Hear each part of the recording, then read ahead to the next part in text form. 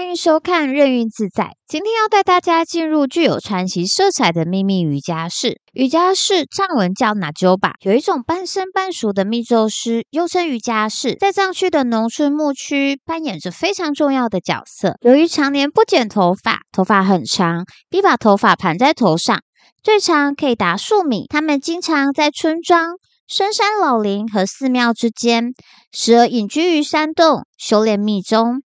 他们与藏传佛教中的一般出家修行人不同，既在寺庙念经做法，专门从事宗教活动，又娶妻生子，并从事日常生产劳动活动，过着半生半熟的生活。他们常常以经文和相应的仪轨驱邪招福。他们中有很多由于长期隐居修行，具有神通力的本领。而瑜伽行者得三摩地后，也就是冥想的意识形态后，所得各种超人的能力，也就是所谓的神通力。在证得最后果位之前，也可以先得超人威力及6种神通，分别是天眼通、天耳通、神足通、他心通、宿命通跟漏尽通。这些人被称为瑜伽士，至今他们仍广泛分布在藏区各地。有些人从外表根本无从分辨。等一下影片也会依序介绍到6种神通力。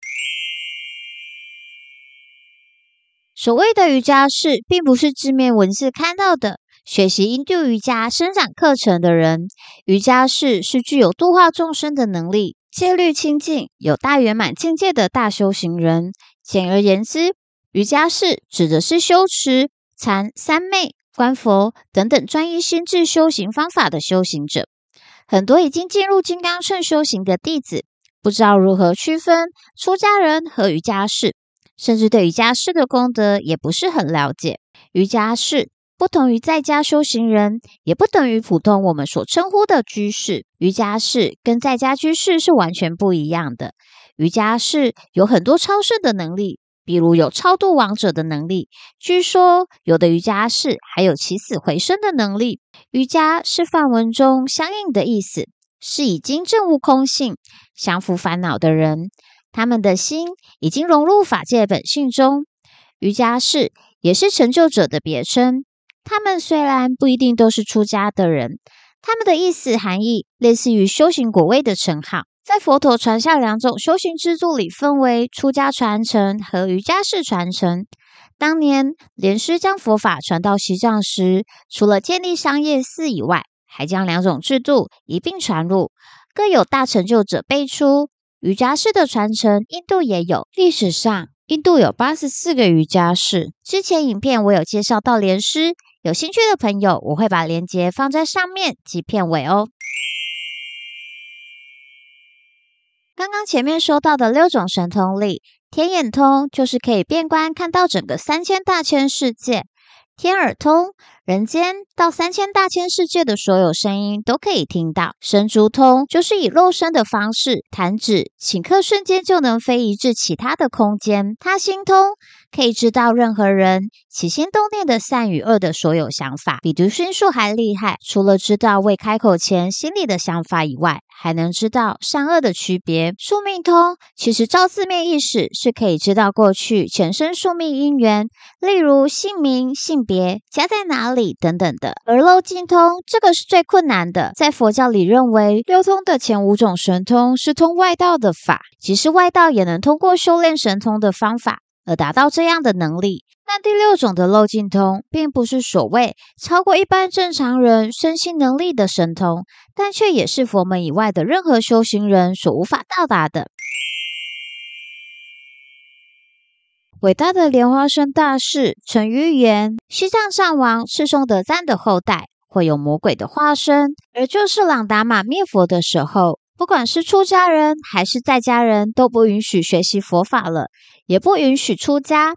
当时尊贵的努钦桑杰义西尊者是一位大瑜伽士，也是伟大的莲花生大师25位弟子其中之一。由于国王朗达玛毁灭佛法时，尊者以神变力使国王心生恐惧。在当时的藏王问尊者有什么能力，请你展示给我看时，尊者回答说，我只有念诵密咒之力，那就请你看一下。说完，以手指指向天空，念诵经咒，突然看见如牦牛大小般的蝎子。因此国王非常的害怕，说着：“我不会伤害尊者，请尊者离开。”而尊者又说：“再请看看我这力量。”当时他念了密宗的咒语，做降服的手印，然后天空开始打了一下暴雨，雷电击死了很多朗达玛的人。这个时候朗达玛更加害怕了，他说：“我只是危害出家人，你们这些在家的瑜伽士，我是不敢得罪的了。”从这故事可以知道，瑜伽士的地位与能力，在当时西藏于灭佛时期，瑜伽士与弘扬佛法是不可忽视的力量。莲师就是大瑜伽士，是以在家修行形象出现的大成就者。历史上最伟大的成就者，也就是大瑜伽士的金刚总师帝洛巴尊者，还有那若巴尊者、马尔巴尊者跟密勒日巴尊者，他们都是非常伟大的成就者。外表让人看不出来，但是用普通人的角度来说，他们都是绝顶厉害的武林高手。通常瑜伽士会有长长的长发，他的所有都是自然安住在本心自性里面，连同他的说话方式、行为、意等都是自然的展现和流露。比如说，他不剪头发，一直都是长的，因为常年不洗头及剪头发，其中分为很多种手头上的发髻，为多个辫子、独辫或两个辫子，在其中都有不同的含义。基本上都会在头上佩戴一个圆柱体的嘎乌盒，里面会放经文，意为常顶礼的意思。然而，也并不是所有的瑜伽士都有这样的装备，有很多瑜伽士看起来就像普通人一样，然而他们却是真正顶尖的高手。他们往往有很高深的境界，行为也是高深莫测。例如，大圆满的祖师、尊贵的巴珠仁波切，日常的打扮就是普通人的装扮，而且往往打扮成普通人里的穷人、流浪汉、乞丐等等的。在大圆满祖师的传记中，这样的事迹比比皆是，有的还特别以猎人、屠夫这样不敬的职业为形象。成为瑜伽士是非常困难的，首先都是需要受皈依戒跟接受灌顶，而且还是瑜伽士必须手持完美的三昧耶戒。瑜伽士是要在别解脱戒清净的基础上，进一步升华，才能叫瑜伽士。换句话说，瑜伽士的戒律比出家僧侣的戒律还要多出几百条。从戒律的角度来说，瑜伽士要守的戒律比比丘戒还要多，而且还要更严格。瑜伽士从小就像出家众一样修行，但不会剃度出家，只受圆满居士戒、菩萨戒及受密法的灌顶。虽然他们也娶妻过在家生活，但是大部分的时间都投入在修行上。因为他们不属于出家众，所以不能参与出家众的活动。例如，佛学院只有出家众才能就读，在白月、黑月诵出家戒或结下安居时，瑜伽士就必须离开出家法师修行的地方。所以，真正的瑜伽士要远远难于出家人。真正的瑜伽士持戒非常的清净，但是由于戒体的不同，有些瑜伽士需要视线舍出家戒等一般人难以理解的行为。当然，真正的瑜伽士不是只看装扮，穿白披单、留长头发、戴耳环的也有各色人等。真正的瑜伽士犹如白天的星星一样稀有，而假的瑜伽士就如晚上的星星一样多。不过，所谓的瑜伽士就是真正见性、真正能够证悟空性的人，即他的心已经融入了法界本性当中，这就是瑜伽士。不过，最主要他们的修行是非常的辛苦，需要常年的闭关。瑜伽士修行咒语也是非常严格的，需要数年以上不等。如观想愤怒本尊，如马头明王，有大圆满的境界，比如普巴金刚的心咒，先念1000万遍，然后看心咒有几个字符，有几个字，再念几千万遍。如六字大明咒，先念1000万遍，再念6000万遍。